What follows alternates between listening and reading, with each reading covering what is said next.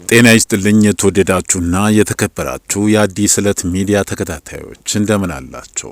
በኪነ ጥበቡ ዓለም ስለተሰማ አንድ አሳዛኝ ክስተት ልነግራችሁ ወደ ስቱዲዮ ገብቻለሁ። አብራችሁን ቆዩ።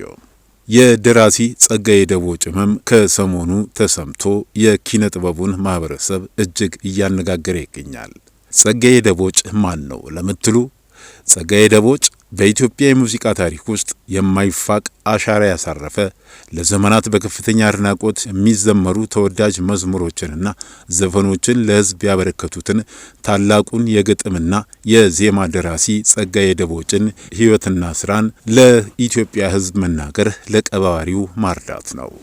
ይሁንና ከስራዎቹ በጥቂቱ ወደ እናንተ እናድረስ።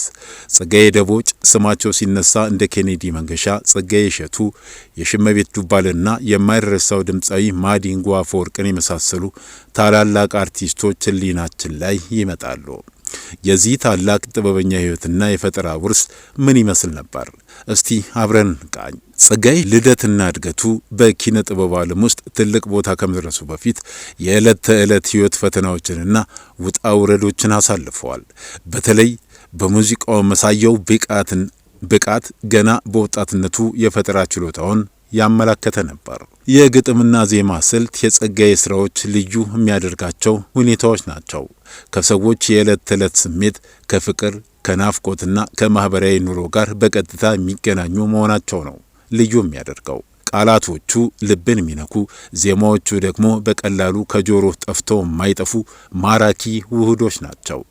ግጥም የነፍስ ጸሎት፣ ዜማ ደግሞ የልብ ትርታ ነው።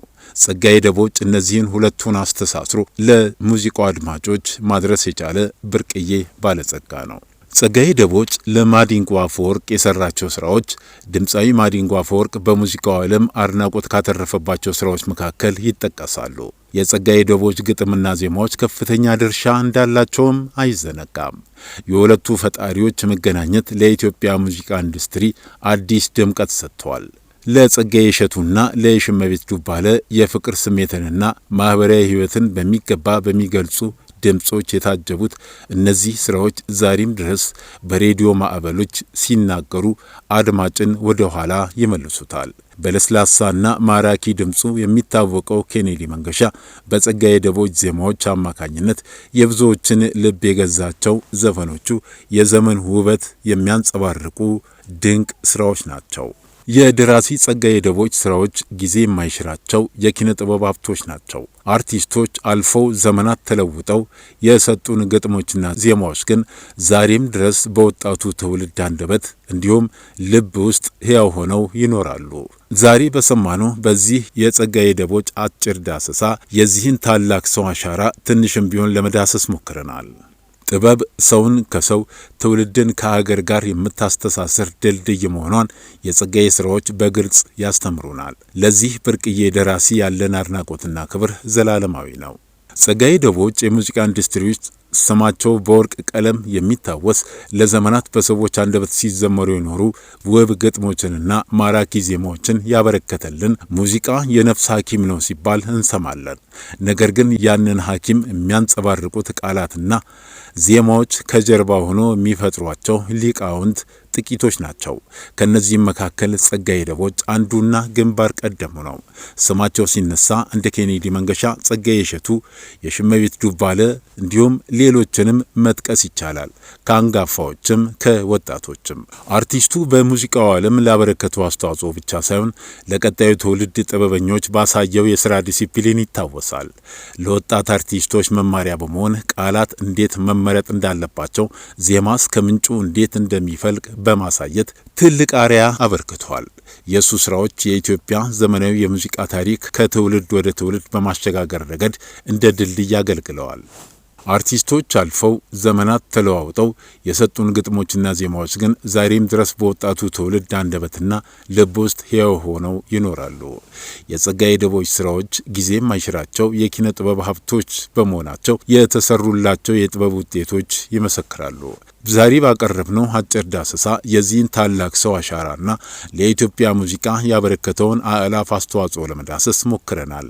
የዚህ አንጋፋ አርቲስት ጤንነቱ ከጥቂት ጊዜያት ወዲህ እጅግ አሳሳቢ ደረጃ ላይ የደረሰ መሆኑን ራሱ አርቲስቱም በተለያዩ መድረኮች ላይ በመውጣት ከሰይፉ ፋንታውን ሾው ጀምሮ በተለያዩ መድረኮች ስለ ጤንነቱ ሁኔታ ሲገልጽ መቆየቱ ይታወሳል።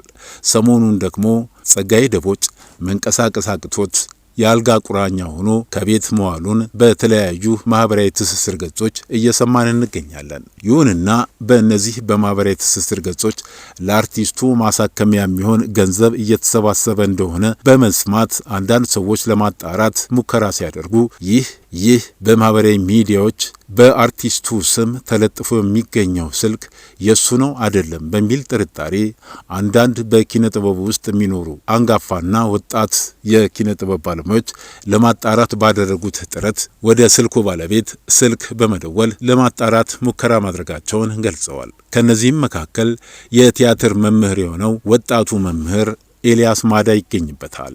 ኤልያስ ይህን ጉዳይ ለማጣራት ያደረገውን ጥረት በተመለከተ በማህበራዊ ትስስር ገጹ ላይ ያሰፈረውን ጽሑፍ ወደ እናንተ እናደርሳለን። ኤልያስ ማዳ ለጸጋዬ ደቦጭ ባለቤት ስልክ ደውሎ ሲያናገራት የሰጠችው ምላሽ ይህንን ይመስላል። የጸጋዬ ባለቤት እንዲህ ስትል ትገልጻለች ሁነቱን። ጸጋዬ ደቦጭን እናግዘው በሚል ፖስት ላይ የተጠቀሰው ስምና አድራሻ የሱ ስላልሆነ አንዳንዶች ላይ ጥርጣሬ ማሳደሩ አልቀረም። እረ የረገሙኝም አሉ፣ የድሮ አከራዬ ሳይሆኑ አልቀሩም ትላለች። በመቀጠልም ጥቂት ሰዎች በተቸገሩ ሰዎች ስም ሲያጭበረብሩ በማየታችን ጥርጣሬና አለመተማመን ላይ ስለደረስን እንደሆነ ይገባኛል ትላለች የጸጋዬ ባለቤት። ይሁንና ፖስቱ ላይ በተጠቀሰው ስልክ ደውዬ ስልኩ የባለቤቱ እንደሆነና ጸጋዬ መንቀሳቀስ ስለማይችል ነው የኔ ስልክና አካውንት የተቀመጠው የሚል መልስ ለጠየቋት ሰዎች እንደሰጠች ከጸጋዬ ደቦጭ ባለቤት ማረጋገጥ ተችሏል። ምህረቱን ለተመኛችሁ እግዚአብሔር ይስጣችሁ እያልኩ ጥርጣሬ የተሰማችሁ ደግሞ ከወቀሳውና ከስድቡ በፊት ትንሽ ማጣራት ብታደርጉ ጥሩ ነው ላለው አሁንም ቼክ አድርጉና መርዳት አስባችሁ ከሆነ ይህን ታላቅ ሰው አግዙት፣ በጸሎታችሁ አስቡት፣ ለኔም እርግማናችሁን አንሱልኝ። አንተ ታላቅ የጥበብ ሰው ፈጣሪ ምህረቱን ይላክልህ ይላል ኤልያስ ማዳ ጽሑፉን ሲያጠቃልል። እንግዲህ የተከበራችሁና የተወደዳችሁ የቻናላችን ቤተሰቦች ጸጋዬ ደቦጭ ባለፉት 30ና 40 ዓመታት በኢትዮጵያ የኪነ ጥበብ መድረክ ላይ የግጥምና ዜማ ስራዎችን ለተለያዩ አርቲስቶች እንዲሁም ድምፃውያን በመስጠት የሚታወቅ ታላቅና አንጋፋ የኪነ ጥበብ ባለሙያ ነው። ይህ ሰው ዛሬ ጤንነቱ እክል አጋጥሞት በቤት ውስጥ እግሩንም እጁንም ማንቀሳቀስ አቅቶት የአልጋ ቁራኛ እንደሆነ ከውድ ባለቤቱ ለማረጋገጥ ተችሏል። ስለዚህ በተቻላችሁ መጠን በዚሁ በማህበራዊ ትስስር ገጹ ላይ በሚዘዋወሩ የስልክ አድራሻ ባለቤቱን በማግኘት የእርዳታ እጃችሁን ለዚህ የኪነ ጥበብ ባለሙያ እንድትዘረጉለት እኛም ዝግጅት ክፍላችን ስም ጥሪያችንን ማቅረብ እንወዳለን። መልካም ጊዜ።